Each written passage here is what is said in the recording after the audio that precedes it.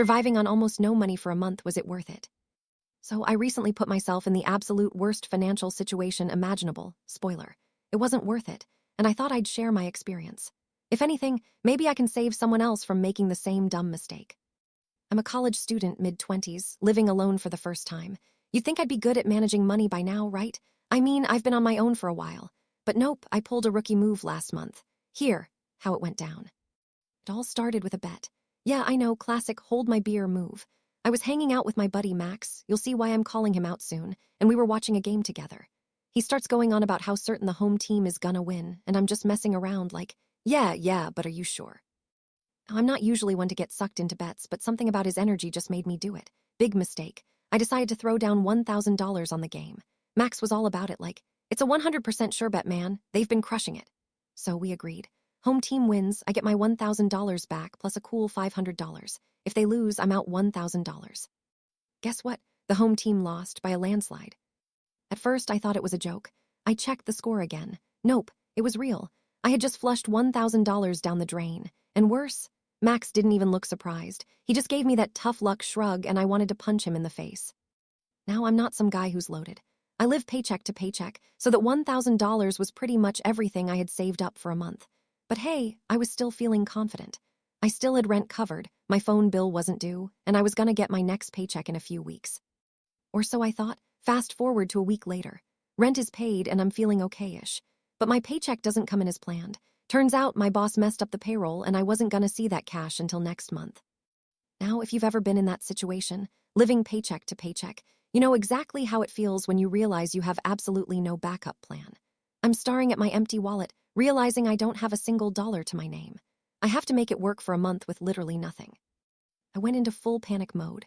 Like no exaggeration, I was having mini anxiety attacks every time I checked my bank account. This can't be real, I kept telling myself. I'm not going to starve. I'm not that dumb. But in the back of my mind, I knew this was going to be a disaster. The unexpected discovery. I had a moment of clarity one day, sitting on my couch like a total bum, when I remembered something. My winter jacket. I hadn't worn it in a while, but I definitely remember putting a few bucks in the pocket last season, just in case I needed it. Immediately ran to my closet, pulling out the jacket like it was some treasure chest. I shoved my hand into the pockets, praying to the gods of luck. And boom, $1.20. Okay, it wasn't much, but it was something. Then, as I was shaking out the jacket, I felt something odd inside. It wasn't paper, it wasn't a crumpled receipt. I pulled it out, and holy crap, it was another $50 bill. I was living the high life now. The jackpot, $70 in total. I was back on track, right? $70 in my hand, I felt a glimmer of hope. Maybe I wasn't as screwed as I thought. Maybe. So I did what any rational person would do in this situation. I went on a full-scale scavenger hunt around my apartment. I started by raiding every possible hiding spot I could think of. First, I checked the kitchen drawers. You know, the ones where everyone tosses random coins, receipts, and forgotten gift cards. Nothing there except a bunch of expired coupons and some stale crackers. I even shook out the change jar I had, but there was barely enough for a cup of coffee. Next stop, under the couch. I was getting desperate at this point, but I figured maybe the universe would toss me a bone. I flipped the cushions and dug around. And what do you know? A couple of loose coins clinked to the floor. I grabbed them, feeling like I had just found buried treasure. A grand total of $1.87. Woohoo. I went on to check every pocket of every jacket I owned, stuff I hadn't worn in ages. This felt like an extreme version of the change and the couch cushions game we all play, but with the stakes being way higher. Nothing in the hoodie, nothing in the work jacket, but then I remembered. The coat I wore last winter. I pulled it off the hook like I was on an episode of Storage Wars. This time, my fingers brushed against something solid. I slid my hand into the pocket and pulled out a crumpled-up receipt. And wait for it, a $5 bill. At this point, I was practically doing a victory dance in my tiny kitchen. This was it. This was my jackpot. I had just found another $5, and I felt like the richest guy in the world. I sat down at the kitchen table, $75 in total, and let out a huge sigh of relief. It wasn't enough to pay my rent, and I still had to figure out food and transportation for the next few weeks, but at least I wasn't completely bankrupt, right? I mean, $75 is something. Maybe I could stretch it out. For a moment, I actually felt euphoric. I wasn't at zero anymore. In my head, I was already imagining how I'd make this work. A few cheap meals, maybe borrowing some stuff from friends, and I could totally make it through. I stood up, packing around the apartment like I was on top of the world. Okay, all right, this is doable, I muttered to myself. I've got this. But then the reality hit me like a cold slap in the face. $75. That's all I had. I mean, come on, what was I thinking? This wasn't even close to enough to survive a whole month. Did the math. If I spent, say, $10 on food every day, which is already pushing it, that would eat through my stash in less than a week. I still had rent, utilities, and my phone bill to pay. How was I going to manage transportation? I couldn't even afford a bus pass for a month, let alone gas for my car. I stared at the $75, and suddenly it felt like I was holding a crumpled piece of paper. I was back to square one, and this time there was no way out. As the panic crept back in, I realized that the $75 wasn't going to cut it. I needed a break, especially when it came to rent. I couldn't let my landlord boot me out, so after some deep breaths, I picked up my phone and called him. He picked up on the first ring, sounding like he was just waiting for this conversation to happen. "Hey, man, what's up?" he asked, sounding a little too casual. "Hey, listen, I'm in a tough spot," I started, already feeling the weight of the situation. "I'm short this month. My paycheck got delayed and I'm trying to figure things out." There was a pause on the other end. I could hear him sigh. "Look, I can't let you slide forever. You know how it is. But since you've been a good tenant, I'll give you a break this month. You can skip the rent, but next month you'll need to pay an extra $200. Sound fair?" I froze for a second. I had to think about it. Paying $200 extra next month sucked, but it was better than getting evicted or scrambling for another place to live. I didn't have many options, and I really didn't want to go through that stress. Yeah, that sounds fair," I agreed, the weight of the deal settling in. "Thanks for understanding." "Don't make this a habit," he added before hanging up. It wasn't ideal, but it was my best shot. At least I had a roof over my head for now. Next problem, transportation. I could have continued driving my car, but gas prices were ridiculous, and the thought of spending any money on that right now felt like a slap in the face. Plus, I could barely scrape together enough to get through the week, let alone a month. Walking it was, I made the decision then and there. I'd have to swallow my pride, put on my best pair of sneakers, and hoof it everywhere. I mean, it was free, right? It wasn't like I had any other choice. Sure, it would be inconvenient, no more late-night fast food runs or driving to the grocery store, but at least I wouldn't have to spend a dime on gas. And I'd get a little exercise in, too. Silver lining. It sucked, though. I was used to having my car, my independence, the ability to get anywhere quickly. Now, everything was going to take longer. A lot longer. But it was fine. I could manage, the food struggle. Now, the real issue. Food. I opened my fridge, staring inside like it was some desolate wasteland. A few half-empty jars of peanut butter, a bottle of ketchup, and some random condiments. Not exactly a balanced meal plan. I had maybe a couple of eggs, but that wasn't enough to last a whole month. So I went to my pantry, hoping there was something hidden in there. And there it was, some rice, some lentils, a tiny bit of oatmeal. It wasn't much, but it was something. I could stretch those out for a bit. Still, I needed a plan. I wasn't going to survive on rice and oatmeal alone. I needed to make it last without going full-on starvation mode. So I started rationing. I had one decent meal a day, a small serving of rice with a spoonful of peanut butter. I mixed up the lentils with some seasoning I found buried in the back of my cupboard. For breakfast, I forced myself to eat the oatmeal, which wasn't exactly a thrilling start to the day, but it was filling. The worst part? I had a constant hunger gnawing at me, the kind that doesn't go away no matter how much you try to ignore it. My body was running on fumes, and there was no way around it. But hey, I still had food, right? The first trip to the store. So after a few days of barely scraping by on my rationed rice and lentils, I knew it was time to face the inevitable, a trip to the grocery store. I couldn't keep eating like this. If I was going to survive the month without going completely insane, I needed real food. My mind raced as I thought through my options. What could I buy that would keep me full, last for a while, and not completely break the bank? I grabbed a pen and paper, determined to make a list. I had to plan this carefully if I was going to make it last the entire month. I jotted down the essentials.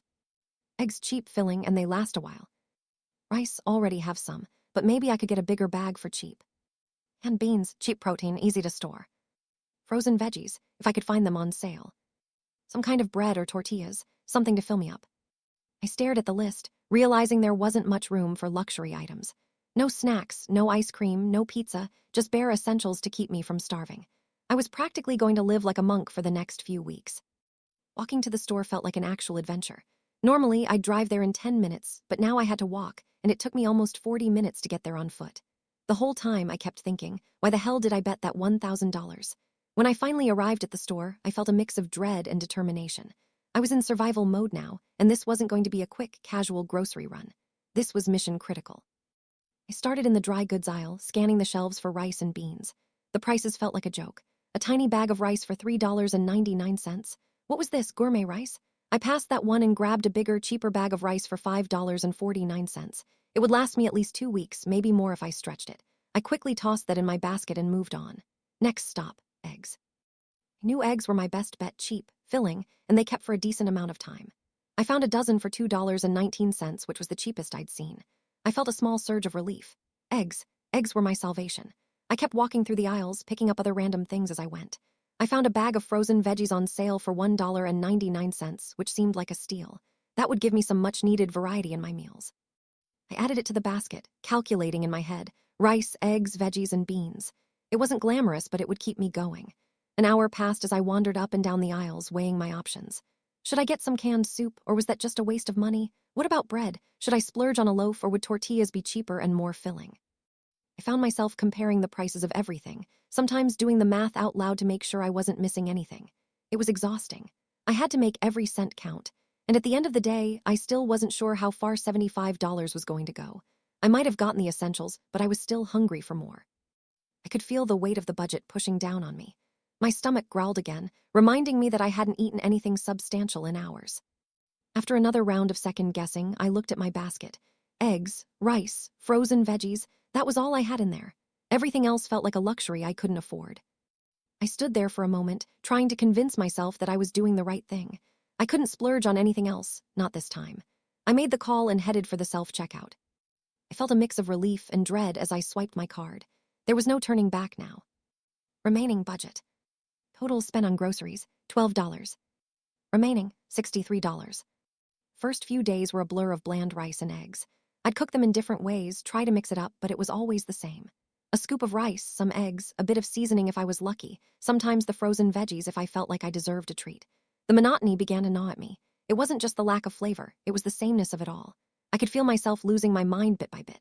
Every meal felt like a punishment. Couldn't even enjoy cooking anymore because it was all the same. No creativity, no excitement. It was survival, not food.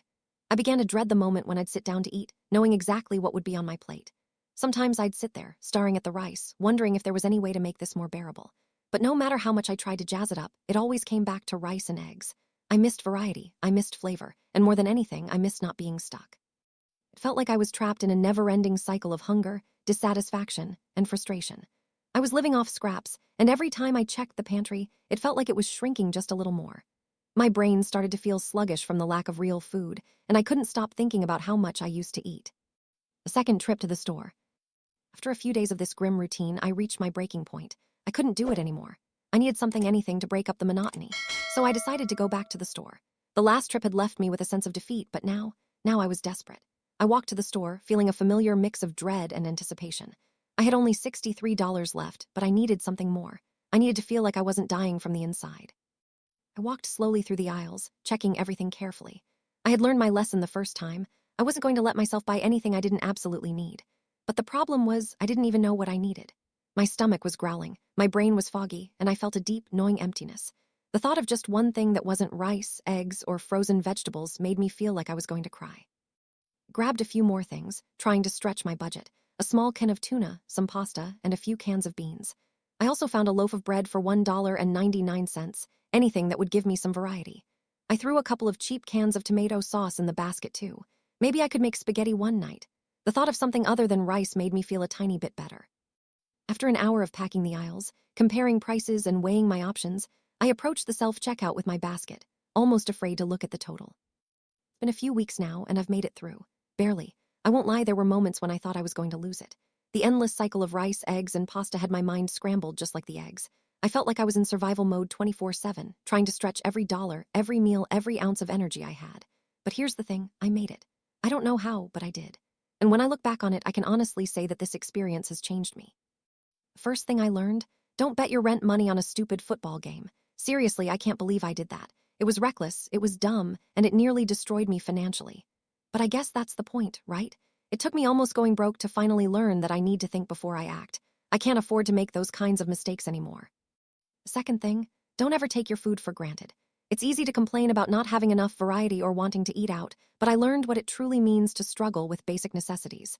You can't live like that forever, and it taught me how important it is to be smart with your money and your meals. And lastly, I learned how valuable simple things are. Walking became my escape, my therapy. I couldn't spend money on anything, but I could still move. I couldn't afford to do anything fun, but I could go for a walk and let my mind breathe. It's funny how something so small can make a huge difference when you have nothing else. So yeah, it was a month of absolute misery, but I'm grateful for it in a weird way. I came out of this broke, hungry, but also with a new perspective. I don't want to live like this again. I won't live like this again. So here's the takeaway for anyone reading this. Think long and hard before you make any big financial decisions. Don't let peer pressure or impulsive choices drive you into situations where you're stuck with nothing. And if you ever find yourself in a tight spot, remember that food isn't just fuel for your body. It's a privilege. Don't waste it. I know now that it's better to live within my means. I don't need to live large. I just need to live smart. And that's it. The whole experience has humbled me in ways I didn't think were possible. If you're in a similar spot or facing a tough time, just know that you're not alone. And you can get through it. Just take it one day at a time.